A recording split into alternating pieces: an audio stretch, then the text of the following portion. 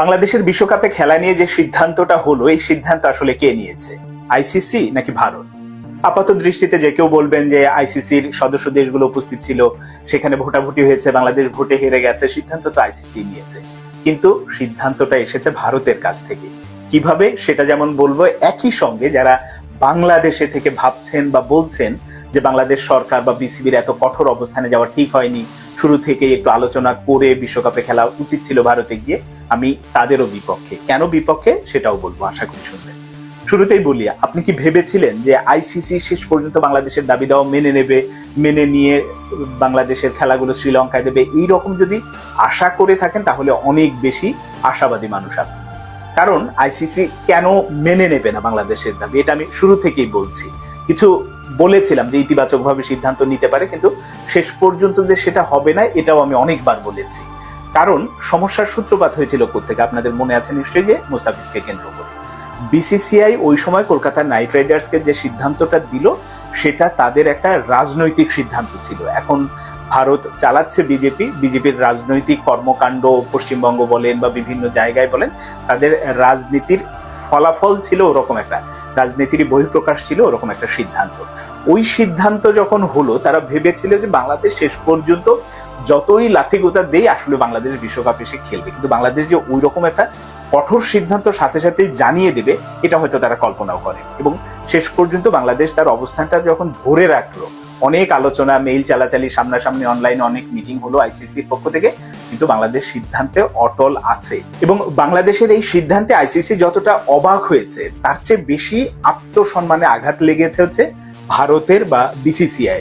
কারণ বাংলাদেশের মতো দেশ ভারতে গিয়ে নিরাপত্তা ইস্যু দেখিয়ে খেলতে যাবে না, এটা তারা কখনো কল্পনা করেনি। এবং শেষ পর্যন্ত বাংলাদেশ ওই সিদ্ধান্তটা যখন জানিয়ে দিয়েছে, ওটা তাদের জন্য আত্মসম্মানের ব্যাপার হয়ে গেছে যে আমরা যদি এখন তাদের দাবি মেনে শ্রীলঙ্কায় খেলাগুলো দেই, এটা তো আমাদের জন্য একটা নৈতিক পরাজয়। এবং ওই কারণে ওই পথে তারা হাঁটেনি, তারা পরাজিত হতে চায়নি। এখন ভারত পরাজিত হতে চায়নি, আর ভারতের লোকজন আবার চালাচ্ছে হচ্ছে আইসিসি। সেটা চেয়ারম্যান জয় শাহ থেকে শুরু করে আপনি যদি টপ টু বটম, এখানে বোধহয় 95 থেকে 97% ভারতীয়রা চালায় হচ্ছে আইসিসি। তো ফলে তাদের প্রত্যেকের একটা নৈতিক পরাজয় হবে। ওই অবস্থাটা যেতে চায়নি, না যাওয়ার ফলে যেটা, যে আমরা ওই পথেই যাব না, বাংলাদেশের দাবি মানবো না, তখন লিগ্যাল ওয়েতে কি করা যায়, এই যে আলোচনা করে সময়ক্ষেপণ যেটা হয়েছে, নানানভাবে বোঝানোর চেষ্টা করেছে, সেটাও ভারতকে জেতানোর জন্যই। শেষ পর্যন্ত যখন হয়নি, তারা লিগ্যাল ওয়েতে যে আমরা একটা ভোটাভুটিতে যাই, ভোটাভুটিতে এই অবস্থায়। এখন এই ভোটাভুটির কারসাজিটা কিভাবে হয়েছে দেখেন, পাকিস্তান বাংলাদেশের পক্ষে যাবে, ভারতের সাথে পাকিস্তানের অনেক আগের দ্বন্দ্ব, এটা বোঝাই যাচ্ছিল, তারা প্রকাশ্যেই ভারতের বিরোধিতা করবে। কিন্তু অন্য দেশগুলো, অনেকেই বলছেন যে জিম্বাবুয়ে আমাদের খুব কাছের বন্ধু, বা ছোটখাটো আরো যে দেশগুলো আছে র্যাঙ্কিং এর নিচের দিকে, তারা তো আসলে সমর্থন দিতে পারতো। তারা প্রত্যেককেই জানে ভাই যে ভারতকে নাড়ালে আসলে আমাদের অনেক কিছুই গড়বড় হয়ে যাবে, অনেক কিছুই ঠিক থাকবে না। এই কারণে তারা ওই সুবিধাগুলো হারাতে চায়নি। এবং মাঝখানে তো এরকম একটা সম্ভাবনাও তৈরি হয়েছিল যে বাংলাদেশের পক্ষ থেকে, বিসিবির পক্ষ থেকে আমিনুল ইসলাম বুলবুল আয়ারল্যান্ড ক্রিকেট বোর্ডের সাথে কথাও বলেছিল, তারা অনেকটা গ্রুপ পরিবর্তন করতে রাজিও হয়েছিল, কিন্তু সেটাও শেষ পর্যন্ত ভারত অন্যরকম টোপ দিয়ে সেটাও বন্ধ করেছে। তো এই যে রাজনীতির খেলাগুলো, মানে আয়ারল্যান্ড হচ্ছে জ্বলন্ত উদাহরণ, কি করেছে না করেছে সবকিছু মিলে বাংলাদেশের বিপক্ষে ভোট যাবে, এটা স্বাভাবিক ছিল এবং শেষ পর্যন্ত হয়েছে ওটাই। এখন আসে দ্বিতীয় প্রসঙ্গে। যারা বলছেন বাংলাদেশে থেকে, নিজেদের সমালোচনা করছেন যে ঠিক হয়নি, বাংলাদেশ সরকার বা বিসিবির এত কঠোর অবস্থানে যাওয়া, ভারতের সাথে একটু আলোচনা করে পরিস্থিতি অন্যভাবে হ্যান্ডেল করে বিশ্বকাপে ভারতে খেলতে যাওয়া উচিত ছিল। আমি তাদেরকে বলি যে কখনো কখনো খেলাধুলার চেয়ে দেশের মান সম্মান, নিজের মান সম্মান অনেক বেশি জরুরি, অনেক বেশি মর্যাদার হয়ে পড়ে। এবং ওটা যদি আপনি বিকিয়ে দিতে চান, ওটা যদি আপনি ক্ষুণ্ণ করতে চান, তাহলে ভিন্ন কথা। এর আগে যেটা হয়েছে যে আমি এক গালে থাপ্পড় মেরেছে আর এক গাল পেতে দিয়েছি, ওই সময়ে যদি আবার ফিরে যেতে চান, ওইভাবে যদি নিজেকে আসলে উপস্থাপন করতে চান অন্যের সামনে, সেটা ভিন্ন কথা। সব দাবি সবকিছু যা বলেছে ঠিক আছে, আমরা গিয়ে বিশ্বকাপে খেললাম, আমি ওই নীতির পক্ষে না।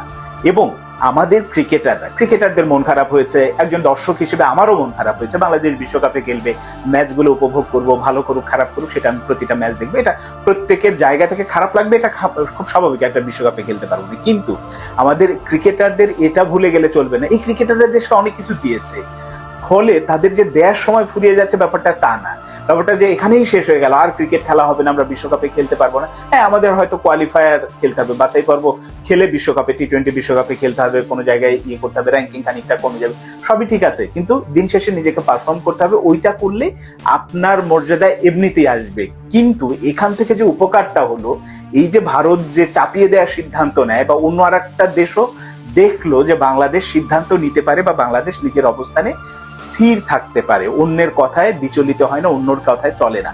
এই কারণে সেটা ভারত হোক বা অন্য একটা রাষ্ট্র, যখন বাংলাদেশ ক্রিকেটের বিরুদ্ধে কোনো সিদ্ধান্ত নিতে যাবে দুবার ভাববে।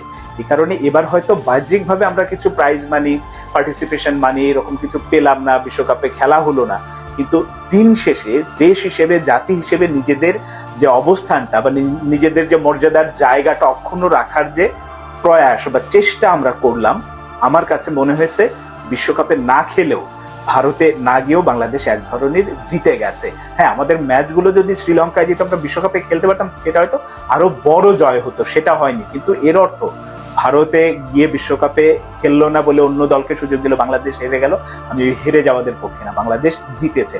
ছোট জয় হয়েছে, কিন্তু বড় জয়টা হয়নি যদি বাংলাদেশের খেলাগুলো শ্রীলঙ্কায় জিত।